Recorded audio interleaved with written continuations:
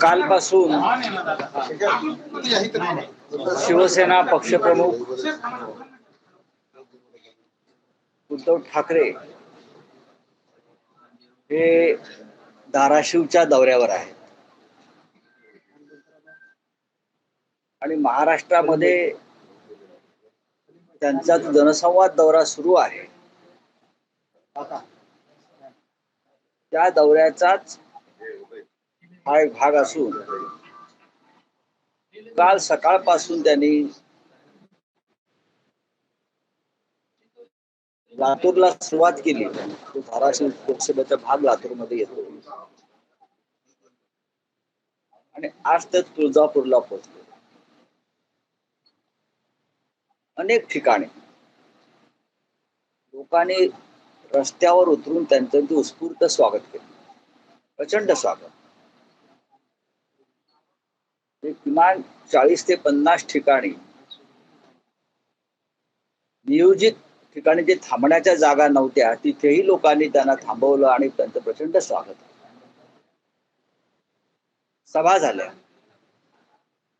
सभा भर उन्हात झाल्या, रात्री झाल्या, लोक थांबून राहिले. आताही आम्ही पुढे जात आहोत. मराठवाडाच नाही तर संपूर्ण महाराष्ट्र उद्धव ठाकरे यांच्या नेतृत्वाखालील शिवसेनेच्या मागे ठामपणे उभा आहे.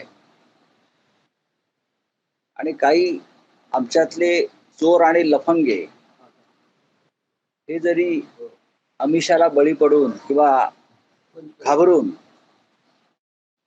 पळून गेले असले तरी या मराठवाड्यातला शिवसैनिक, शिवसेनेचे पदाधिकारी हे शिवसेनेच्याच मागे उभे आहेत. आणि हेच कडवट शिवसैनिक उद्धव ठाकरे यांच्या नेतृत्वाखालील शिवसेनेला पुन्हा एकदा महाराष्ट्रात आणि दिल्लीच्या सत्तेपर्यंत घेऊन जाते.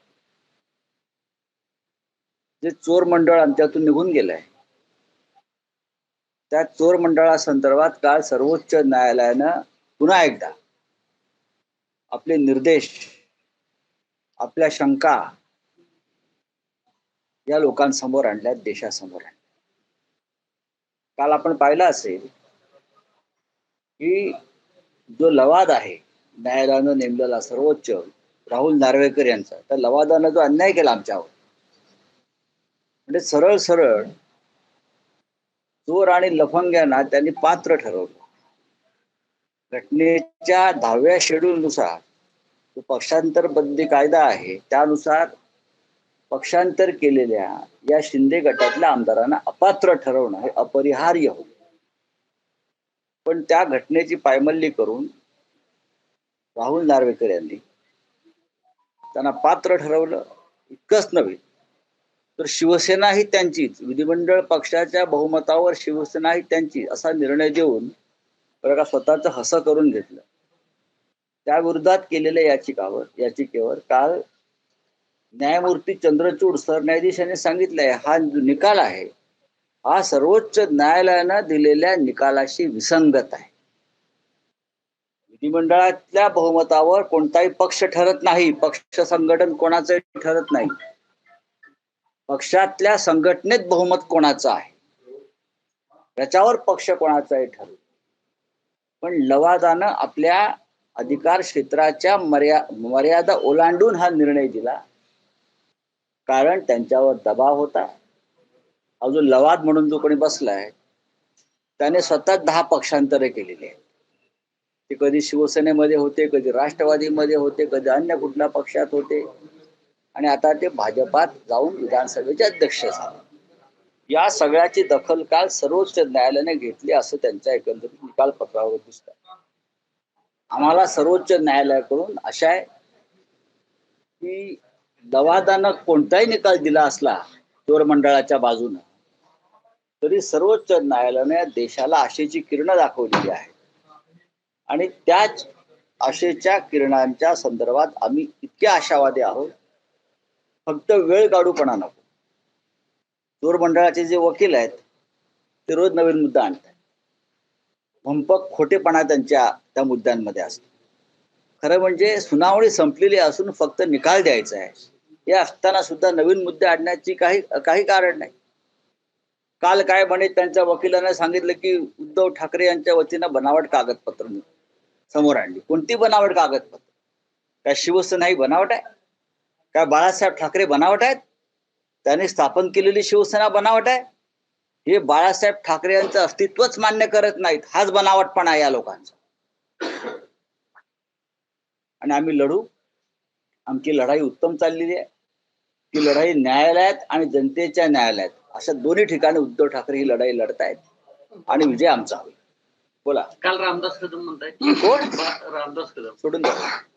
भाजप गळा कापतं केसांना, नेमकं कशी स्ट्रॅटेजी काय आहे भाजपची गळा? आता त्यांचा गळा कापताय तर त्यांच्या गळ्यावर आम्ही कशाला गळा काढू? रामदास कदमांच्या मुलाची काल प्रदूषण मंडळाच्या परिवर्तन झाली असं आहे. बघा, या सरकारमध्ये सर्वच गोष्टी बेकायदेशीर घटनाबाह्य होत आहेत. पूर्ण बेकायदेशीर आणि घटनाबाह्य होत आहेत. त्याच्यामुळे आता ज्या घटनाबाह्य गोष्टी सुरू आहेत त्याच्यावर न्यायालय निर्णय घेईल.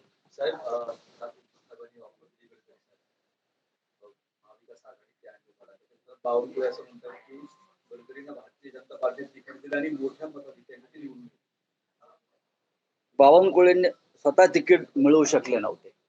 आपल्याला माहिती असेल विधानसभेला जे बावनकुळे स्वतः तिकीट मिळवू शकले नव्हते ते नितीन गडकरी सारख्या इतक्या थोर आणि ज्येष्ठ भाजपा नेत्याला तिकीट देणार हा आजचा सगळ्यात मोठा विनोद आहे. मुनगंटीवार असतील किंवा छगन भुजबळ असतील यांच्या जागा वाटपावरून मला त्यांच्या जागा वाटतात हे बनावट लोक चोर आणि लफंगे आहेत. त्याच्यामुळे ह्यांच्याशी जसं पोलीस चोराशी वागतो तसंच भारतीय जनता पक्ष या चोरांशी वागणार. वंचित बहुजन आघाडीचा अद्यापपर्यंत निर्णय झालेला नाही. बाळासाहेबांनी त्यांच्या कार्यकर्त्यांना आवाहन केलेलं आहे. निर्णय होत नाही. वंचित बहुजन आघाडी बरोबर शिवसेना, काँग्रेस, राष्ट्रवादी, स्वतः वंचित सुद्धा महाविकास आघाडीचा घटक आहे. अधिकृतपणे ते आमचे महाविकास आघाडीचे घटक आहेत. आम्ही एकत्र चर्चा करतो, आम्ही एकत्र निर्णय घेतो. 2 दिवसापूर्वी स्वतः बाळासाहेब आंबेडकर या बैठकीस उपस्थित होते. आता एखाद दुसऱ्या जागेवरून काही चर्चा होत असतात. आता आम्ही काही पथ्य पाळतो बाहेर न बोलण्याची. आतमध्ये काय घडलंय ते बाहेर न बोलण्याची पथ्य आम्ही पाळतो. ही लोकशाही आहे. आम्ही ठरतो की बाबा हे आपल्याला बाहेर सांगायचं नाही, आपण चर्चा करू. आता त्यांच्या पक्षाचं धोरण असेल ते आघाडीचं की प्रत्येक गोष्ट उघड करावी, लोकांसमोर मांडावी. ते जास्त लोकशाहीवादी आहेत. त्याच्यामुळे आम्ही त्यांच्याही भूमिकेचं स्वागत करतो. अजित पवारांनी काल ट्विट केलं होतं की अरुणाचल प्रदेशमध्ये त्यांचे आमदार आहेत. शिवसेनेत्यांनाच माहित नाहीये की राष्ट्रवादीचे आमदार कुठे आहेत. राष्ट्रवादी काँग्रेस पक्ष शरद पवारांच्या नेतृत्वाखालचाच पक्ष आम्ही मानतो. तशी शिवसेना ही उद्धव ठाकरे यांच्या नेतृत्वाखालची आहे.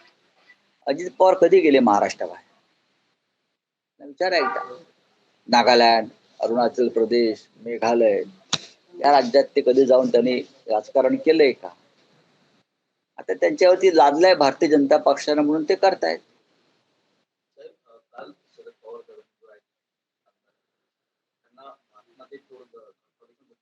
दम दिला, दम वाट्याला जाऊन स्पष्ट बोला ना. वाट्याला वाट्याला गेला तर म्हणजे महाराष्ट्रात ही धमकी नसून हा इशारा आहे, आम्ही देतोय. काय म्हणाले पवार साहेब? ज्या पक्षाच्या चिन्हावर तुम्ही निवडून आलात, ज्या पक्षाच्या एबी फॉर्मवर शरद पवारांची सही आहे आणि त्याच्यावरती हे महाशय निवडून आले आमदार, आणि ते शरद पवार यांच्याबरोबर निष्ठेने राहिलेल्या कार्यकर्त्यांना धमक्या देत असतील तर त्यांना कोणत्या भाषेत उत्तर द्यावं? कोणत्या भाषेत? ठीक आहे, तुम्ही गेलात ना, तुम्ही सुखानं नांदा. धमक्या, इशारे, पोलिसी बळाचा वापर करून तुम्हाला जर राजकारण करायचं असेल तर माननीय शरद पवार बरोबर बोलले. माझं नाव शरद पवार आहे, जसं आम्ही म्हणतो.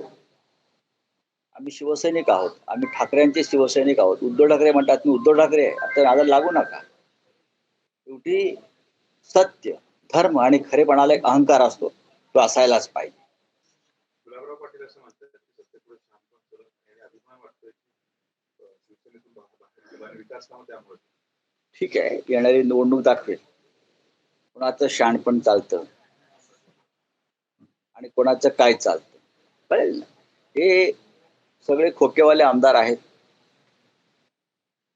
या सगळ्यांनी असत्याची बाजू घेतलेली आहे. या सगळ्यांनी बाळासाहेब ठाकरेंच्या शिवसेनेच्या पाठीत खंजीर खुपसलेलं आहे. त्यांचं मन त्याला खात आहे आणि म्हणून ते अशी भाषा करतात. वाटायला कशाला, ठीक आम्ही वाटा घ्यायला बसलो काय ते. संपूर्ण महाराष्ट्रात शिवसेना आहे का काँग्रेस, राष्ट्रवादी काँग्रेस, शिवसेना, वंचित आघाडी यांनी जिथे जो ताकदीचा उमेदवार आहे, ज्याच्याकडे जो जिंकू शकेल त्यांनाही जागा वाटप होईल. आणि आमच्यामध्ये जागा वाटपात कोणते मतभेद नाहीत. एखादे अमित शहा दिल्लीतून येऊन बरं का आमच्यासमोर बसत नाहीत आणि तुम्हाला आणि आमच्यासमोर तुकडे फेकत नाहीत, असे तू 2, तू 4, तू 3, आम्ही एकत्र बसतो आणि सन्मानानं जागा वाटप करतो. आमचं जागा वाटप दिल्लीत होत नाही आणि होणार नाही. महाराष्ट्रावरती अन्याय करणारा एखादा अमित शहा इथे येऊन आमचं दादागिरी करू शकत नाही. उद्धव ठाकरे ते आहेत, माननीय शरद पवार आहेत, काँग्रेसचे नेते आहेत आणि प्रकाश आंबेडकरचे आहेत. आम्ही एकत्र बसतो आणि जागा वाटप करतो. बघा, भाजपनं महाराष्ट्रामध्ये 50 जागा लढवाव्यात हा त्यांचा प्रश्न आहे, बरोबर आहे. आणि उरलेल्या ज्या 150 जागा आहेत त्या अजित पवार आणि एकनाथ शिंदेने वाटून घ्याव्यात. इतके मोठे पक्ष आहेत ते 2, बापरे, या देशामध्ये असे पक्षच निर्माण झाले नाही. साहेब, सुधीर मुनगंटीवार म्हणतायत की उद्धव ठाकरे म्हणाले होते की उद्धव ठाकरे यांना आदित्य ठाकरे शरद पवारांना त्याला उत्तर काल उद्धव साहेबांनी दिलं ना उत्तर. काल उद्धव साहेबांनी उत्तर दिलंय, शरद पवार साहेबांनी उत्तर दिलंय. पराभवाच्या भीतीतून अशा प्रकारची वक्तव्य त्यांच्या तोंडून बाहेर पडत. हा संपूर्ण महाराष्ट्र आमचा आहे. हा अमित शहाचा महाराष्ट्र नाहीये किंवा हा नरेंद्र मोदींचा महाराष्ट्र नाहीये. हा महाराष्ट्र मराठी माणसानं 106 हौतात्म्य किंवा बलिदान देऊन मिळवलेला हा मराठी माणसाचा महाराष्ट्र आहे. इथे कोणाला मुख्यमंत्री करायचं हे अमित शहानी कदाचित 1 वर्षापूर्वी ठरवलं असेल, चोऱ्या माऱ्या करून लोकांना नेमून. यापुढे त्यांना जमणार नाही. मी म्हणतो ना, मराठी माणसाचा महाराष्ट्र आहे हे अमित शहानी लक्षात ठेवावं.